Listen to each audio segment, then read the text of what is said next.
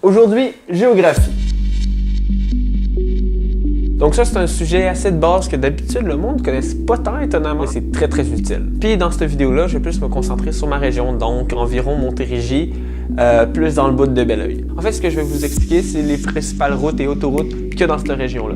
Je suis conscient qu'il y en a beaucoup d'entre vous qui vont savoir ce que je veux dire, mais comme c'est pas de quoi qu'on apprend à l'école, ni théorique, ni à l'école normale, je sais qu'il y en a une couple d'entre vous qui en auraient besoin. Donc pour se situer, ça c'est le Google Maps de la région que je parle. Donc j'ai fait des délimitations approximatives des différentes villes. Par exemple, ça c'est Boucherville, Sainte-Julie, Belleuil, Mont-Saint-Hilaire, Saint-Basile-le-Grand, Saint-Bruno-de-Montarville, Longueuil, Saint-Lambert, Brossard. Ce qu'il faut savoir pour les gens qui ne viennent pas de Longueuil, c'est que Longueuil a 3 arrondissements. Le Vieux-Longueuil, Greenfield Park et Saint-Hubert.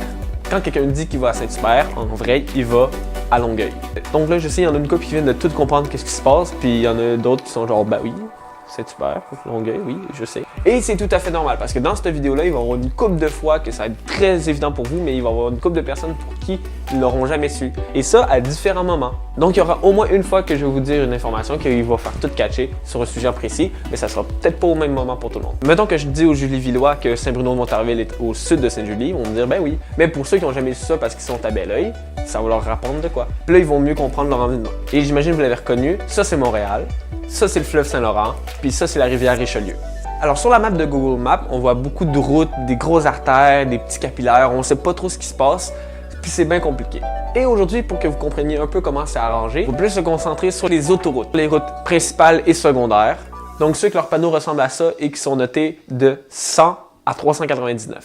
Ah, puis information de même, eux qui sont numérotés de 200 à 299, c'est pour la rive sud. Eux qui sont notés de 300 à 399, c'est ceux qui sont situés sur la rive nord. Et eux, entre 100 et 199, c'est eux qui traversent de sud à nord ou de est en ouest le Québec. Par exemple, la 132 part d'ici et il va jusqu'ici. Et il fait même une loupe là pour aller rechercher à Gaspé. Pourquoi pas, écoute? Fait qu'on peut pas vraiment dire qu'elle a une fin parce que est-ce que c'est là, là ou là? Ben non, parce que ça continue de même. Donc, on sait le début, mais on sait pas la fin de cette route-là. Ou on sait la fin, mais on sait pas le début. Donc, grâce à PowerPoint, vive PowerPoint, je vous ai fait une carte beaucoup plus simplifiée que la réalité. Donc, mettons, ça c'est le gazon, ok? C'est la terre normale. On ajoute le fleuve, puis la rivière Richelieu. Donc là, on ajoute Longueuil, Saint-Lambert, Brossard, Saint-Bruno-de-Montarville, Boucherville, Sainte-Julie, Saint-Basile-le-Grand, Mont-Saint-Hilaire. Vous avez remarqué que j'ai pas mis Carignan.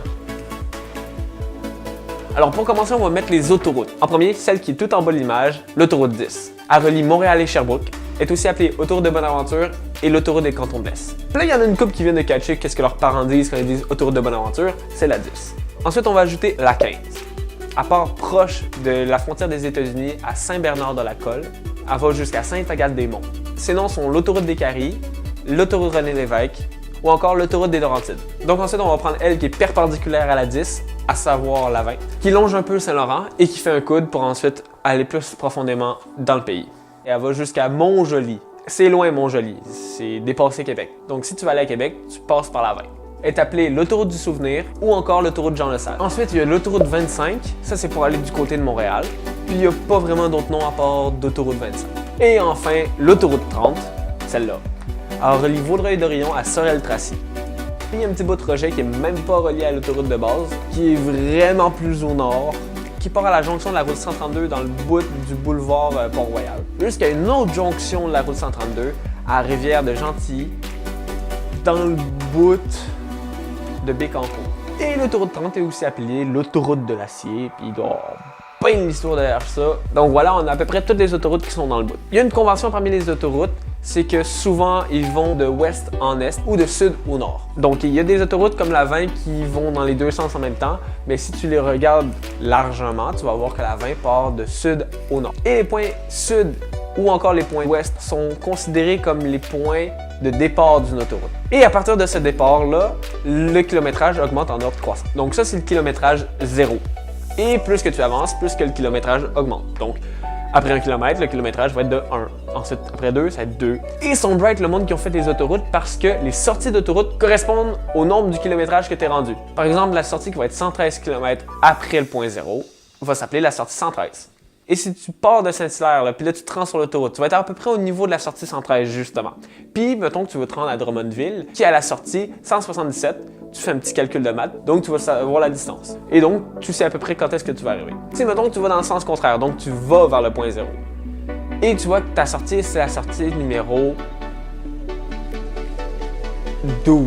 Vu que tu vas dans le sens contraire, donc tu vas vers le point 0, tu sais qu'il te reste 12 km. Ça prend un peu de temps à assimiler, mais un coup que tu l'as compris, c'est super simple. Le plus important, c'est que tu as ta représentation d'à quoi ressemblent les autoroutes et quelles autoroutes croisent quelles. Et là, vu que c'est pas assez compliqué, on va rajouter les routes principales et secondaires. Donc, on va faire comme tout à l'heure, on va commencer en croissant. On va commencer avec la 116, qui est ici.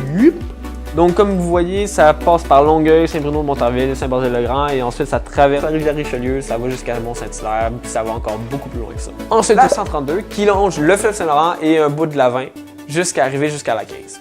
Ensuite, il y a la 133 qui longe la rivière Richelieu et qui passe par Mont-Saint-Hilaire. Ensuite, après ça, il y a la 134 et il y a une de ces intersections qui donne à la 116. Ensuite, il y a la 223 qui est de l'autre côté de la rivière Richelieu, qui passe par Belleuil, qui est traversée par la 116. Et enfin, la 229, qui part la 223 et qui fait son bout de chemin, en passant par Sainte-Julie et Boucherville. Et c'est déjà la fin du vidéo. Je sais, ça a été plus vite que les autres, mais c'est un sujet qui me tient à cœur parce que moi, quand j'ai commencé les cours de conduite, je ne savais pas ma géographie, je ne savais pas ce que je vous ai dit dans cette vidéo-là. Et ça m'aurait bien été utile dans une vidéo de même. Donc, j'espère que vous avez apprécié, que vous avez appris des choses. En tout cas, si vous avez apprécié, dites-le en commentaire ou avec des likes. Si vous n'avez pas apprécié ou si vous trouvez ça laid que je sois pas rasé, dites-le en commentaire, ça me fera plaisir de lire ça. Et ben, à la prochaine!